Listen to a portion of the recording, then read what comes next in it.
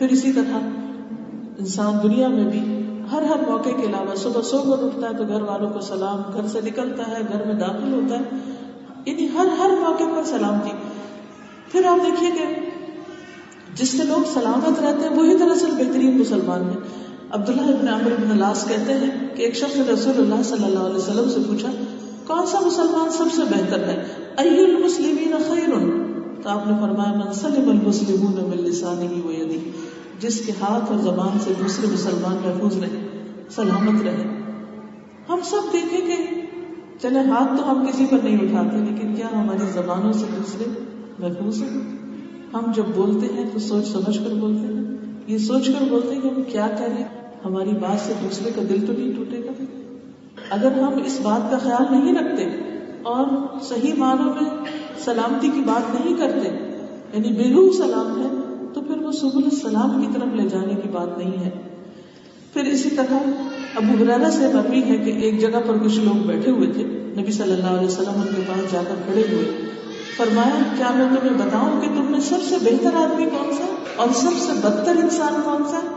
تو لوگ خاموش ہو گئے. آپ نے 3 بار اپنی یہ بات دہرائی کہ سب سے اچھا کون سا ہے اور سب سے برا کون سا ہے. اس پر ایک آدمی بولا کیوں نہیں یا رسول اللہ صلی اللہ علیہ وسلم، آپ ضرور بتائیے. آپ نے فرمایا تم میں سب سے بہتر وہ ہے جس سے خیر کی امید ہو اور اس کے شر سے امن ہو، اور سب سے بدتر وہ ہے جس سے خیر کی توقع نہ ہو اور اس کے شر سے امن نہ ہو. اب تھوڑی دیر کے لیے سوچیے، امیجن کیجیے وہ کون لوگ ہیں جن کو دیکھتے ہی آپ گھبرا اٹھتے ہیں، اب پتہ نہیں کیا بولتے ہیں، پتہ نہیں کیا کہیں گے، پتہ نہیں کیسے پیش آئیں گے. اور کون لوگ ہیں کہ جن کو آپ دور سے بھی دیکھ لیں تو خوش ہو جاتے ہیں کہ اس شخص سے مجھے کوئی مسئلہ نہیں، یہ مجھے شرمندہ نہیں کرے گا، یہ میرا دل نہیں توڑے گا، یہ میرے بارے میں کسی کو برا نہیں کہے گا. یعنی ہر انسان کے بارے میں آپ کی ایک رائے ہوتی ہے، آپ اپنے اندر ایک میزان رکھتے ہیں. یہ میزان ہر انسان کے اندر ہے. ہم لاکھ چاہیں کہ ہم ججمنٹل نہ ہوں، لیکن نہ چاہتے ہوئے بھی خود بخود ایک اندر کیلکولیشن شروع ہو جاتی ہے. ایک شخص ایسا ہوتا ہے کہ جس سے آپ ملتے ہیں تو آپ بالکل بے فکر ہوتے ہیں، پورا من ہوتے ہیں، کیونکہ وہ زبان سنبھال کے بات کرتا ہے، وہ چھوٹی چھوٹی باتوں کو مائنڈ نہیں کرتا، وہ چھوٹی چھوٹی بات پر غصے میں نہیں آتا، وہ چھوٹی چھوٹی بات پر آپ کو مس انڈرسٹینڈ نہیں کرتا. میں جب یہ لیکچر پریپیئر کر رہی تھی تو میں کافی غور و فکر کر رہی تھی کہ اللہ تعالیٰ نے دین اسلام کو دراصل سبل السلام کا ہے، تو ہمارے دین کی سب سے بڑی خوبی کیا ہے؟ یہ کیا دیتا ہے، کیا سکھاتا ہے ہم کو؟ اور سکھانے کا یہ طریقہ کہاں سے شروع ہوتا ہے، کس چیز سے آغاز ہوتا ہے؟ کیا صرف ہمیں اٹھنے بیٹھنے چلنے واک اینڈ ٹاک ہی سکھائی گئی ہے؟ نو، اس سے بھی پیچھے سے شروع کرتا ہے. وہ کیا ہے؟ وہ ہے گمان، معاملات، ایمان. زندگی کی ہر چیز جو بھی ہم کریں اس کی بنیاد یعنی اللہ کے ساتھ معاملہ ہو تو ایمان کے بغیر میں کچھ بھی نہیں، اور اگر بندوں کے ساتھ معاملہ ہو تو جب تک اچھا گمان نہیں کچھ بھی نہیں. وہ کون سا دین ہے، وہ کون سی ملت ہے، وہ کون سا طریقہ ہے؟ وہ دنیا بھر کے اخلاق کو آپ جمع کر لیں، ہر قوم کے اندر کچھ ایتھکس ہوتے ہیں، اخلاق ہوتے ہیں، مینرز ہوتے ہیں، ایٹیکیٹس ہوتے ہیں، لیکن وہ سارے ظاہریت سے تعلق رکھتے ہیں، سب ظاہری باتیں ہوتی ہیں. لیکن ہمارا دین ہماری سوچ کو درست کرتا ہے، اور صرف درست نہیں کرتا، صرف نصیحت ہی نہیں کی گئی کہ اچھا گمان رکھو، اور صرف یہ نہیں بتایا گیا کہ اچھا گمان عبادت ہے، یہ بھی بتایا گیا کہ اگر اچھا گمان نہیں رکھو گے تو پکڑ بھی ہو سکتی ہے. اس کو بھی چیک رکھا گیا کہ انسان کے دماغ کے اندر سے کیا کچھ گزرتا ہے، اور اس کا بھی حساب ہوگا، اور انسان کے دل میں کسی کے لیے کیا ہے اس کا بھی حساب ہوگا. لیکن ہم سب اس بات کا اپنے دل کا کتنا خیال رکھتے ہیں، اپنی سوچ کا کتنا خیال رکھتے ہیں کہ ہم دوسرے کے بارے میں کیا سوچ رہے ہیں، اور پھر ہماری گفتگو کیا ہے. بول تو بعد میں آتا ہے، اس سے پہلے تو سوچ ہے. تو جب تک ہمارا گمان اچھا نہیں ہوتا ہم خود بھی امن اور چین میں نہیں ہو سکتے، اور دوسرے بھی ہم سے سلامت نہیں رہ سکتے. تو اس لیے بہت ضروری ہے کہ ہم صرف ظاہر میں نہیں عمل پیچھے سے شروع کریں. سلامتی کے راستے پہ صرف وہ چل سکتا ہے جس کی سوچ مثبت ہے. اگر آپ غور کریں دن میں 5 بار ہم پہ نماز فرض کی گئی, 5 بار, اور ہر نماز کے اندر 2 رکعتیں یا 4 رکعتیں. ایک رکعت کے اندر ہم جب رکوع کرتے ہیں تو کم از کم کتنی دفعہ پڑھتے ہیں سبحان ربی العظیم؟ کم سے کم 3 دفعہ. انکریج کیا گیا زیادہ دفعہ پڑھیں. سجدے میں جاتے ہیں کیا پڑھتے ہیں سبحان ربی الاعلی, کم از کم 3 بار. اچھا, اگر آپ 2 رکعت نماز پڑھ رہے ہیں تو منیمم کتنی دفعہ آپ نے اللہ کی تسبیح بیان کی؟ 2 رکوع میں 6 دفعہ, 2 سجدوں میں 6 دفعہ, کتنی ہوگی 18 دفعہ. یہ منیمم ہے. مطلب کیا ہے سبحان ربی سبحان ربی سبحان ربی. میں اس وقت حذف کر رہی ہوں الاعلی العظیم وغیرہ, صرف 2 لفظ سبحان ربی. ترجمہ بتائیے. پاک ہے میرا رب. کس چیز سے پاک ہے؟ ہر شرک سے پاک ہے اور ہر عیب سے پاک ہے, ہر غلطی سے پاک ہے, ہر غلط فیصلے سے پاک ہے. اگر ہم سوچ کے یہ بات دن میں 5 نمازوں میں, صبح میں آپ دیکھیں 4 رکعتیں پڑھتے ہیں, 4 رکعتوں کی آپ سبحان ربی گن لیجئے. پھر ظہر کی فرض 4 ہے, سنت وغیرہ ملا کے, اور آپ دیکھیے پھر ان کا گن لیجیے. پھر عصر میں 4, پھر مغرب میں کم از کم 3 فرض ہے, پھر سنت نفل, پھر عشاء میں آپ دیکھ لیجیے. پھر اگر تہجد آپ پڑھتے ہیں, دن میں کتنی بار آپ خود اپنی زبان سے کہتے ہیں سبحان ربی, میرا رب پاک ہے. لیکن جب ہم عملی زندگی میں قدم رکھتے ہیں تو ہم کیا کرتے ہیں, اللہ تعالیٰ نے یہ کیوں کر دیا, ایسا کیوں, یہ کیوں, وہ ہر وقت شکایت. اگر یقین ہو کہ میرا رب پاک ہے کسی غلط فیصلے سے, وہ کسی پہ ظلم نہیں کرتا, کسی کے ساتھ زیادتی نہیں کرتا, وہ کسی کے ساتھ ناانصافی نہیں کرتا. عام حالات میں تو پھر بھی ہم چھوڑ دیتے ہیں. ذرا سی گرمی ہو جائے کہتے ہیں کتنا خراب موسم, کہتے ہیں موسم کس نے بنایا, ہوائیں کس کے حکم سے چلتی ہیں. کتنی دفعہ ہم بولتے کہ اس قدر خراب موسم ہے, اتنا پسینہ آ رہا ہے, اتنا ڈسٹ اسٹارم آ رہا ہے, پتہ نہیں یہ کیوں آ گیا, یہ کیوں ہو گیا, وہ کیوں ہو گیا, یہ کیا ہو گیا, وہ کیا ہو گیا, وہ کیا ہو گیا. ہر وقت ایک ڈسٹربنس ہے ہمارے اندر. کوئی بیمار ہے تو ہم پریشان ہیں, اور اس میں ہماری پازیٹیو تھنکنگ سب چلی جاتی. اگر کوئی تکلیف ہے, کوئی اور عزیز بیمار ہے, اس وقت آپ دیکھیے کہ ہماری حالت کیا ہوتی ہے. بات بات پر تو ہم الجھ رہے ہوتے ہیں, بات بات پر تو ہم ناراض ہو رہے ہوتے ہیں, کبھی انسانوں سے, کبھی اللہ سے. تو امن تو کوئی نہیں اندر, چین تو نہیں. چین کب آئے گا؟ جب اللہ کے ہر فیصلے پہ راضی. کوئی چیز مل گئی تو بھی راضی, کوئی چیز نہیں ملی تو بھی راضی, کچھ آ گیا تو بھی راضی, کچھ چلا گیا تو بھی راضی کہ میرے رب کا ہر فیصلہ درست. مثلاً قرآن مجید پڑھتے ہیں آپ, کئی آیتوں پہ ہم کہتے ہیں اللہ تعالیٰ نے یہ حکم کیوں دے دیا, یہ پردے کا حکم کیوں آ گیا, یہ فلاں بات کیوں آ گئی, یہ کیسے کریں گے, یہ آج کے دور میں نہیں ہو سکتا. نہیں, اللہ کی ہر بات سچی ہے, ہر چیز درست ہے. اصل کیا ہے؟ ایمان لانا, اعتماد کرنا ہے. جس کا اپنے رب پر, اپنے خالق پر, اپنے مالک پر اعتماد نہیں, جس کا گمان اس کے بارے میں اچھا نہیں, جس کو اس کے ہر فیصلے سے شکایت ہے, اس کے اندر پازیٹیو تھنکنگ کہاں ہو سکتی ہے؟ اور جس کے اندر پازیٹیو تھنکنگ نہیں, اس کے اندر امن کہاں سے ہو سکتا ہے؟ ہو ہی نہیں سکتا. تو اس لیے سلامتی کے راستے اسی کو ملتے ہیں, اور دار السلام تک وہی پہنچتا ہے جو دنیا میں سلامتی کے ساتھ رہنا جانتا ہو، جس کی سوچ سلامت ہو، جس کی تھنکنگ پازیٹو ہو، جس کا گمان لوگوں کے بارے میں اچھا ہو، جس کے کاموں کے اندر ایک محنت ہو، جس کو صرف لوگوں سے جزا نہیں چاہیے، من اتبع رضوانہ، جو اللہ کی رضا کے پیچھے جانا چاہتا ہو، الا ابتغاء وجہ ربہ الاعلی، جو سب سے بلند و اعلیٰ رب کی رضا کی تلاش میں رہتا ہو، وہی دراصل قلب سلیم رکھتا ہے۔ یوم لا ينفع مال ولا بنون الا من اتى اللہ بقلب سلیم، جس دن نہ مال کام آئے گا نہ بیٹے کام آئیں گے مگر قلب سلیم کام آئے گا۔ یہ قلب سلیم وہاں اچانک نہیں بن جائے گا، یہ یہاں دنیا میں سلامت ہوگا تو وہاں پر فائدہ دے گا۔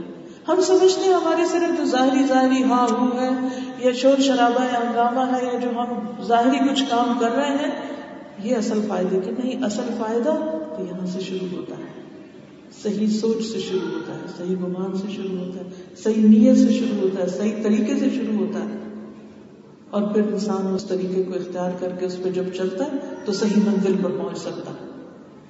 مسلمان کی بات کا آغاز اور اختتام دونوں ہی سلامتی پر ہے۔ ایک تو جو میں نے حدیث سنائی کہ سب سے بہترین مسلمان ہو جس سے خیر کی توقع کہ فلاں آ گیا خیر ہی خیر، امن میں ہو تو فکر کی بات ہی نہیں، کوئی پریشانی کی بات نہیں۔ یعنی مثلاً آپ نے اپنے بچوں کی شادی کی، اب اس میں کیا ہوتا ہے کہ ایک داماد ایسا ہے، ایک بہو ایسی ہے، ایک ویسی، اب اس میں ایکسٹینڈیڈ فیملی سے آپ کے واسطے تعلق پڑتے ہیں۔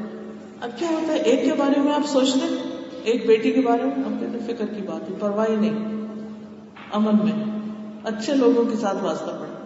ایک کے بارے میں آپ سوچتے ہیں، آپ کو ایک تکلیف اور بے چینی شروع ہو جاتی ہے۔ ایک بہو کے بارے میں آپ سوچتے ہیں تو آپ کہتے ہیں الحمدللہ اس کا آنا مبارک ہوا کر کے۔ ایک کے بارے میں سوچتے ہیں تو پریشانی اٹھتی، پتہ نہیں کس دن پھر کوئی فتنہ فساد ہوگا۔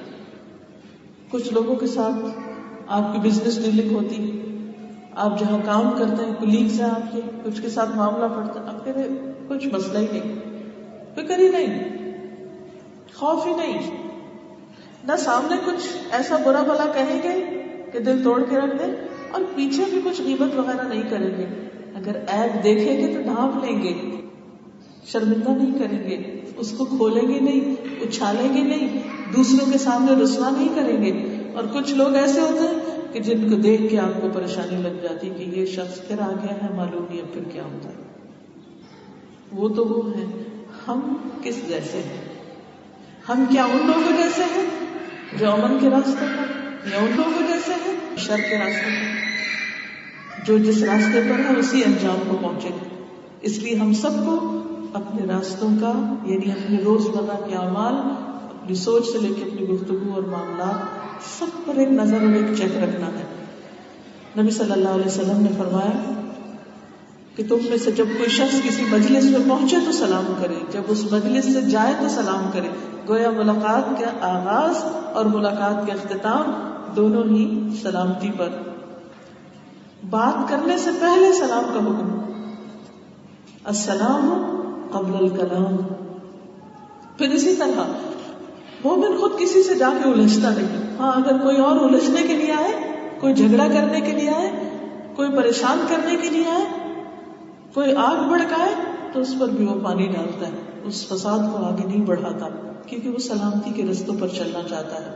وہ کسی کے ساتھ لڑ کے نہیں جینا چاہتا، وہ امن کے ساتھ جینا چاہتا ہے۔ اسی لیے فرمایا وَإِذَا خَاطَبَهُمُ الْجَاهِلُونَ قَالُوا سَلَامًا، جب جاہل، ناسمجھ، اکھڑ، بد مزاج، بد اخلاق لوگ ان کے ساتھ الجھنے کی کوشش کرتے ہیں تو کس طرح ختم کر دیتے ہیں اس سارے جھگڑے فساد کو؟ سلامتی کے ساتھ، سلام، قالوا سلاما۔ یعنی ضروری نہیں کہ صرف وہ کہیں السلام علیکم، تم جھگڑالو شخص ہو یا تم جاہل ہو، میں تم سے بات نہیں کرتا، نہیں، مطلب یہ کہ وہ ایسی گفتگو کرتے ہیں کہ جس سے جھگڑا ختم ہو جاتا ہے، جھگڑا بڑھتا نہیں۔ لیکن بعض اوقات آپ نے دیکھا ہوگا، چلے باہر نہیں، اپنے بچوں میں ہی دیکھیں، جب چھوٹے ہوتے ہیں ناسمجھ ہوتے ہیں، ایک بات کرتا ہے تو دوسرا اس سے بڑی، تو دوسرا جھگڑا، بحث، مباحثہ، کہیں ختم ہونے کا نام نہیں، ہر ایک کا مزہ خراب ہو کے رہ جاتا ہے۔ گھر کا امن چین خراب ہو کر رہ جاتا ہے۔ لیکن اس کے برعکس جہاں پر ایک اگر جھگڑالو بھی ہو لیکن دوسرا جو ہے وہ عقل مند ہو، وہ سلامتی کی بات کرے، وہ اس جھگڑے کو ختم کرنے کی کوشش کرے، تو گھر میں بھی سکون ہو جاتا ہے۔ ہسبینڈ وائف کے درمیان کا معاملہ، دو دوستوں کے بیچ کا معاملہ، کسی بھی انسان کے ساتھ جو آپ کا تعلق ہوتا ہے، اس وقت ہم سب کو یہ سوچنا چاہیے کہ ہم کون سی راہ اختیار کر رہے ہیں، سلامتی کی راہ اختیار کر رہے ہیں یا جھگڑے فساد کی راہ اور بحث مباحث اور بدمزگی کی راہ۔ اور جو ہماری چوائس ہوگی ہمارا عمل بھی اسی کی طرح ہوگا۔ اسی لیے ایک اور جگہ پر فرمایا کہ وَإِذَا سَمِعُوا اللَّغْوَ أَعْرَضُوا عَنْهُ، جب وہ لغو، بیکار، فضول، بے معنی، بے مقصد، نان سینس سنتے ہیں، أَعْرَضُوا، تو اس میں دلچسپی نہیں لیتے، اس نان سینس کے اندر جھگڑا نہیں کرتے، بلکہ وہ کیا کرتے ہیں، گویا انہوں نے سنی نہ ہو۔ جھگڑے لڑائی فساد بڑھتے کہاں سے؟ جب آپ لغو، بیکار، فضول، لایانی بات کو خواہ ایشو بنا دیتے ہیں۔ بعض اوقات کوئی شخص ناسمجھی میں کوئی فضول بات کرتا ہے، آپ کی عقل مندی کیا ہے؟ اگر آپ کے اندر قلب سلیم ہے، آپ پازیٹیو تھنکنگ رکھتے ہیں، آپ اس چیز کو اگنور کرتے ہیں، کوئی بات ہی نہیں۔ لیکن اگر آپ وہ نہیں ہے تو نتیجہ کیا ہوتا ہے کہ بے وجہ وہ بات جس کی کوئی حقیقت نہیں، کوئی بہت بڑا ایشو بن جاتی ہے، اب بدمزگی پھیل جاتی ہے۔ وَقَالُوا لَنَا أَعْمَالُنَا وَلَكُمْ أَعْمَالُكُمْ سَلَامٌ عَلَيْكُمْ لَا نَبْتَغِي الْجَاهِلِينَ۔ ایسے لوگ جاہلوں سے کنارہ کشی کرتے ہیں اور کہتے ہیں ہمارے لیے ہمارے اعمال، کیونکہ عام طور پر لوگ آپ کو کہاں کرٹیسائز کرتے ہیں؟ آپ کے کاموں کی وجہ سے، آپ کے اعمال کی وجہ سے، آپ کی روزمرہ زندگی میں جو آپ دوسروں کے ساتھ لین دین کر رہے ہوتے ہیں اس پر، کیا اس نے دیا ہی کیا، اس نے تو پوچھا ہی نہیں، اس نے تو ایسا نہیں کیا، اس نے ویسا نہیں کیا، ہر وقت دوسروں پر گلہ، اعتراض، الزام تراشی، لعن طعن۔ لیکن جو لوگ سلامتی کے راستوں پر ہوتے ہیں انہوں نے لوگوں کے لیے کام نہیں کیا ہوتا، انہوں نے من اتبع رضوانہ، اللہ کی رضا کے لیے کام کیا ہوتا ہے، اس لیے وہ الجھتے ہی نہیں۔ انہیں لوگوں کے سامنے سچا نہیں ہونا کہ وہ اس جھگڑے میں پڑ جائیں کہ اچھا تمہیں ہمارے اعمال اچھے نہیں لگ رہے، ہماری کوشش تمہاری نظروں میں کوئی قیمت نہیں رکھتی، انہیں اس سے فکر نہیں ہوتی۔ ان کو کیا ہے کہ ہم زیادہ سے زیادہ اپنی زندگی اور اپنے کام کو کس طرح بہتر بنا سکتے، کیونکہ ان کی نظر کہیں اور ہے۔ مثلاً اگر آپ کوئی خاص جگہ پر پہنچنا ہے تو آپ ہر جگہ گاڑی نہیں روکتے، آپ دائیں بائیں نہیں زیادہ دیکھتے، آپ چلتے جاتے ہیں، آپ کہتے نہیں مجھے اتنی دیر میں یہاں پہنچنا ہے تو میں فضول چیزوں میں نہیں پڑ سکتا۔ ہاں اگر آپ کے پاس کوئی پلاننگ ہی نہیں، کوئی منزل ہی نہیں، کوئی مقصد ہی نہیں، تو پھر آپ کیا کرتے ہیں، کبھی اس کام میں لگ گئے، کبھی اس میں لگ گئے، کبھی اس میں، اور دن ایسے ہی گزر گیا، کچھ پروڈکٹیو چیز ہاتھ نہیں آئی۔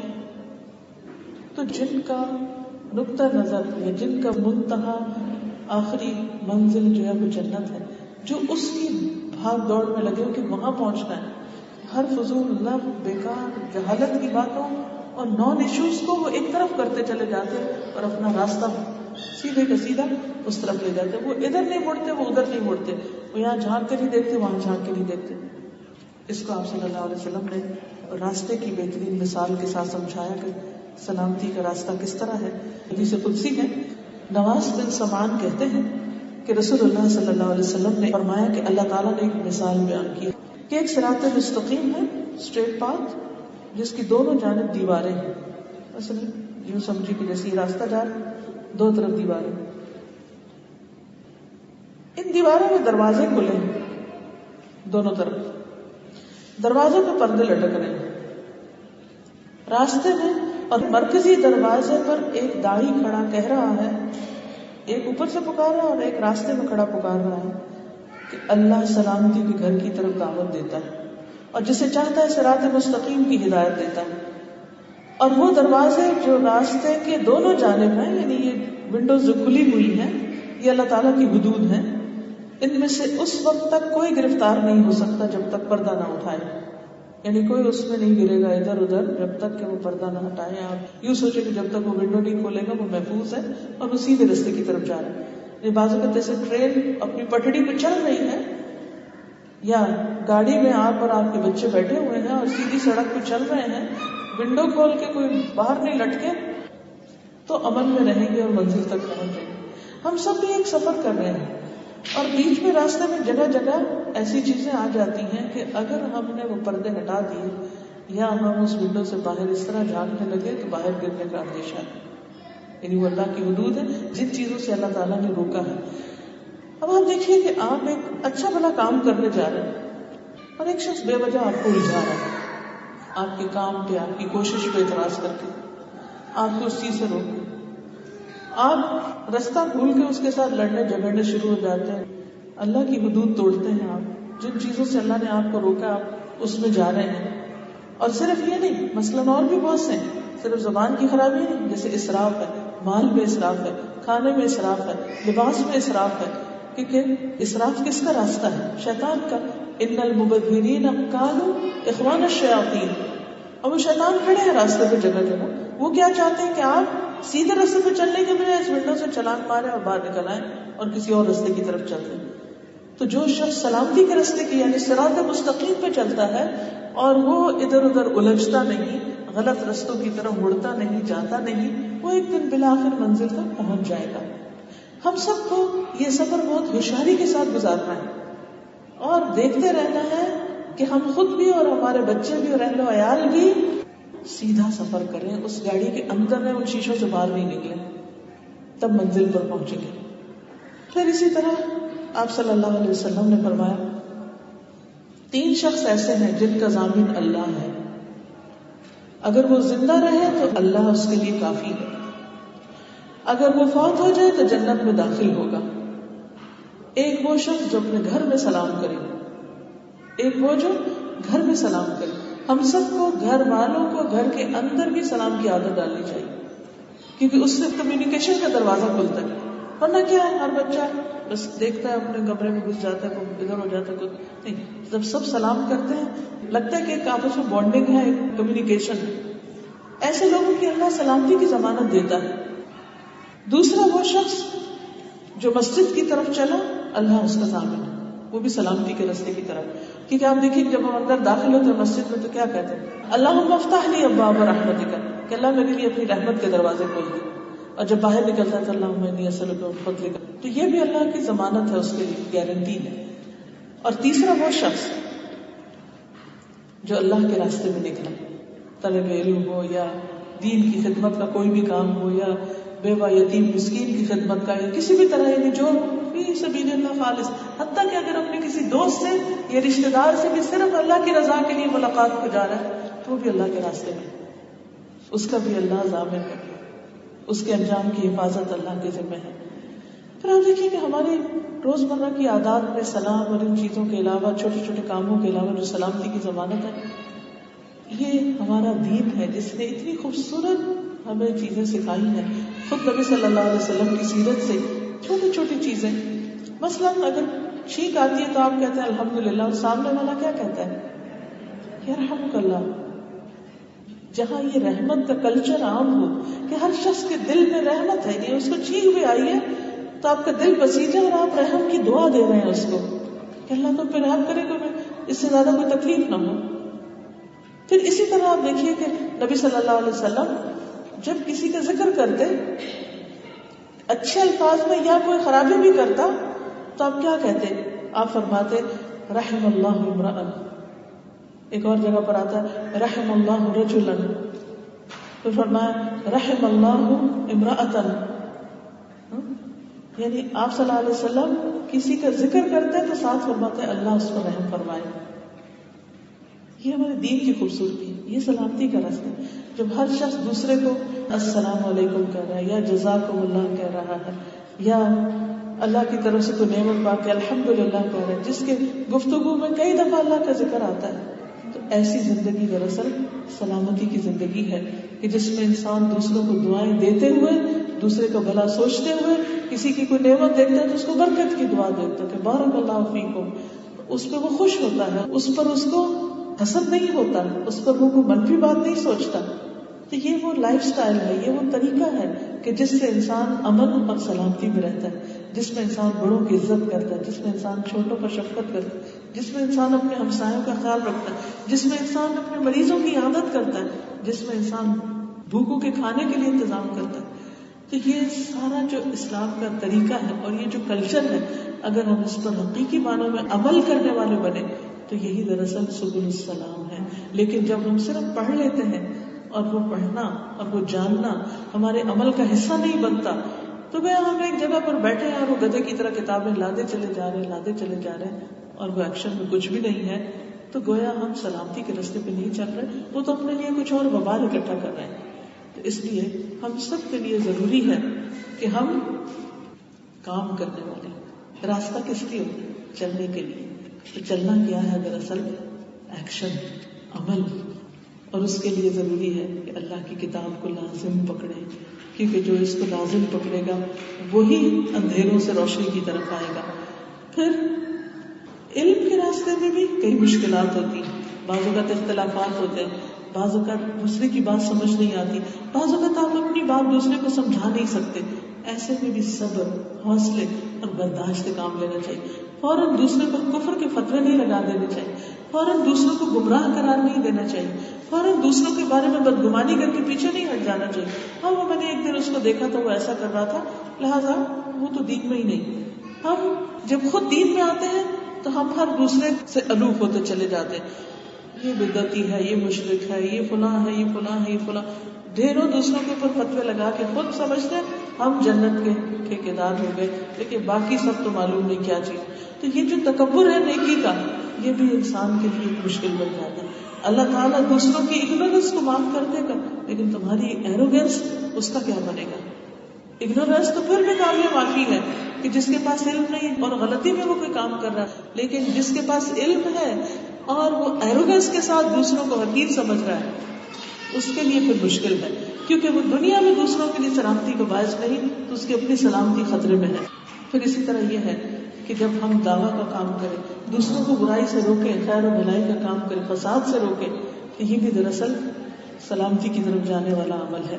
پھر اسی طرح اسلام میں پورے کے پورے داخل ہونا، ادخلوا فی السلم کافۃ، یعنی صرف نمازیں ہی نہیں، صرف صدقہ خیرات نہیں، بلکہ دین کے جتنے بھی احکامات ہیں جو ابھی تک ہم نہیں کر رہے، ان سب کو کرنا دراصل سلامتی کی طرف انسان کو لے جاتا ہے. یعنی انسان جس جگہ پر کھڑا ہے اس پر کھڑا ہونا کافی نہ سمجھے، جو کر رہا ہے اس کو کرنا کافی نہ سمجھے. یہ نہ دیکھے کیا کر چکا ہے، یہ دیکھے کہ کیا ابھی رہتا ہے. ایک کے بعد ایک ٹارگٹ کر کے کہ اچھا اس ہفتے یہ عادت اختیار کرنا ہے، اس مہینے میں یہ چیز کرنا ہے، اس میں یہ کرنا ہے. نیکیوں کی بھی باقاعدہ پلاننگ کرے، جس طرح ہم اپنی دنیا کے کاموں کی پلاننگ کرتے ہیں. اس بچے کی شادی اب کرنی ہے، شادی کے لیے ایسی ایسی تیاری کرنی، یہ گھر بنانا ہے، اس گھر میں ایسا ایسا رکھنا ہے، یہ فرنیچر ہوگا، ایسا باغ لگے گا، ایسا ہوگا. یہ ساری چیزیں ہم دنیا کی پلان کرتے ہیں دنیا کی خوبصورتی کے لیے، لیکن جنت کا گھر اس سے نہیں بنے گا. جنت کا گھر بنے گا جب ہم واقعی ان نعمتوں کی قدر کرنے والے اور ان تمام چیزوں پر عمل کرنے والے ہوں گے جو ہمیں ہمارے دین نے سکھائی ہے. اصل بات یہ ہے کہ انسان دنیا میں مکمل امن چاہتا ہے، لیکن حقیقت یہ ہے کہ مکمل امن جنت کے اندر ہی ہے، کیونکہ وہاں پر انسان لا یسمعون فیہا لغوا الا سلاما، وہاں کوئی لغو فضول بات نہیں ہوگی بلکہ سلامتی ہی سلامتی ہوگی. اور وہاں جا کر کلام جو ہوگا انسانوں کا انٹر ہوتے ہی وہ کیا ہوگا؟ دعواہم فیہا سبحانک اللہم وتحیتہم فیہا سلام وآخر دعواہم الحمد للہ رب العالمین، کہ وہ اللہ کے شکر گزار ہوتے ہوئے سلام کرتے ہوئے جنت میں داخل ہوں گے، اور فرشتے بھی صبح و شام ان کو سلام کریں گے، اور رب کی طرف سے بھی ان کو سلام آئے گا، اور پیغمبر بھی پلسرات پر سے گزرتے ہوئے سلامتی کی دعائیں کر رہے ہوں گے. تو بات یہ ہے کہ ہم سب کو بھی سلامتی کی دعائیں اپنے لیے اور دوسروں کے لیے، دنیا کے لیے اور آخرت کے لیے بھی کرتے رہنا چاہیے. جو بہترین دعا ہمیں سکھائی گئی ہے وہ کیا ہے کہ اللہم الف بین قلوبنا، اے اللہ تو ہمارے دلوں میں الفت ڈال دے. کیونکہ جب دلوں میں انسانوں کی محبت ہوتی ہے تو پھر انسان ان کے لیے نرم الفاظ اختیار کرتا ہے، انسان ان کے لیے مثبت سوچتا ہے. اگر ان سے غلطی بھی ہو جائے تو بینیفٹ آف ڈاؤٹ دیتا ہے. انسان ان کے لیے بڑا دل رکھتا ہے، انسان ان کے لیے خیر و بھلائی چاہتا ہے. اور یہ چیز صرف اس وقت آتی ہے جب دل میں محبت ہو. اگر دلوں کے اندر تنگی ہے تو پھر مشکل ہے.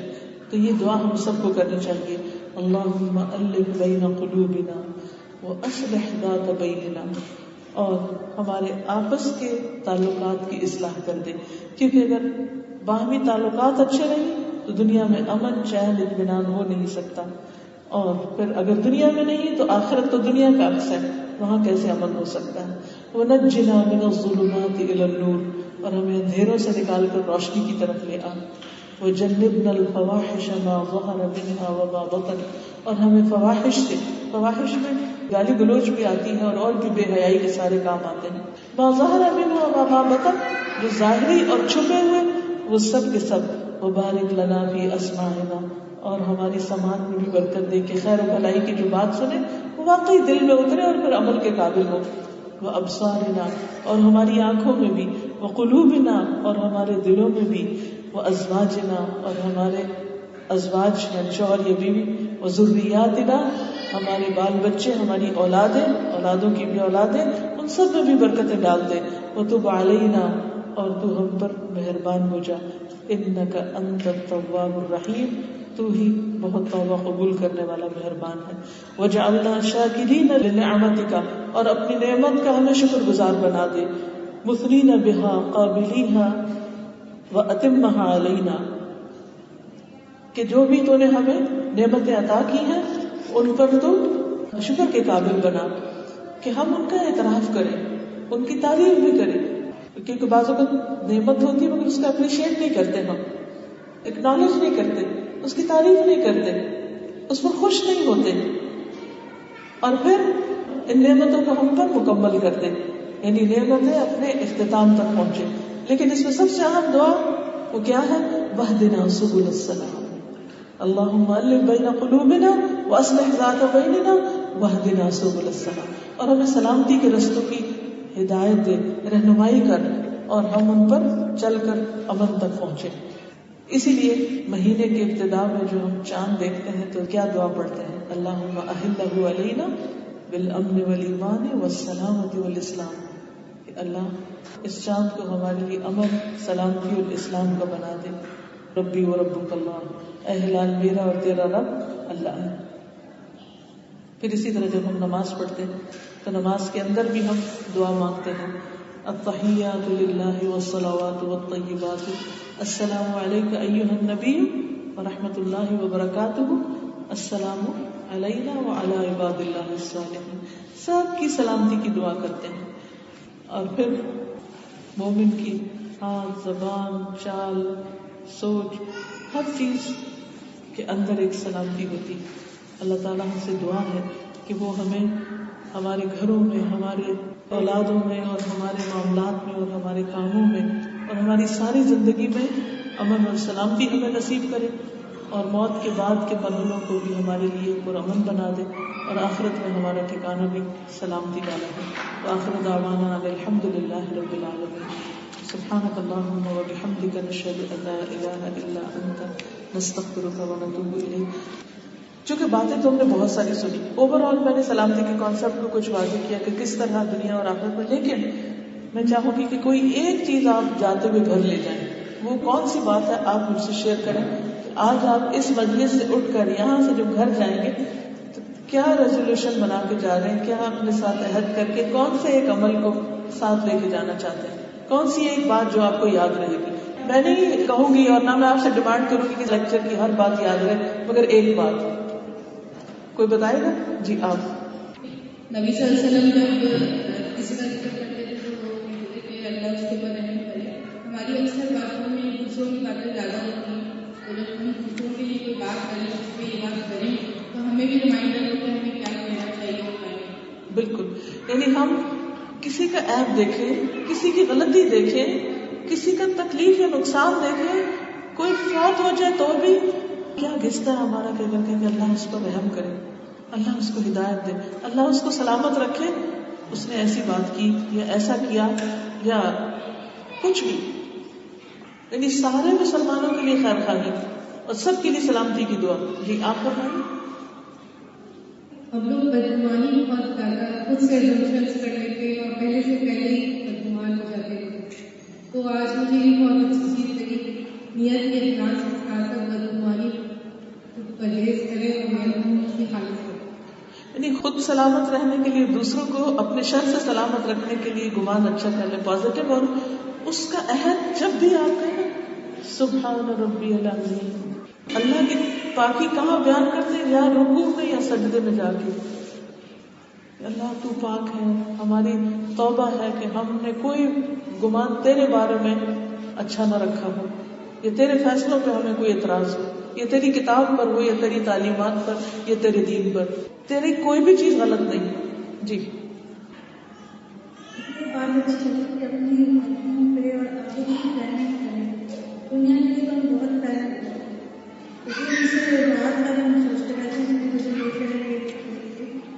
تو مجھے خیال آیا کہ بعض اوقات بچے یا کچھ بات ان کا ہم یہ نہیں آ سکتے، لیکن سوچنا چاہیے اس کی پلاننگ کرنے کے لیے باقی ہمارے بھی شاید کو دیکھ چلیں یہ مہینہ ہم یہ نہیں کریں.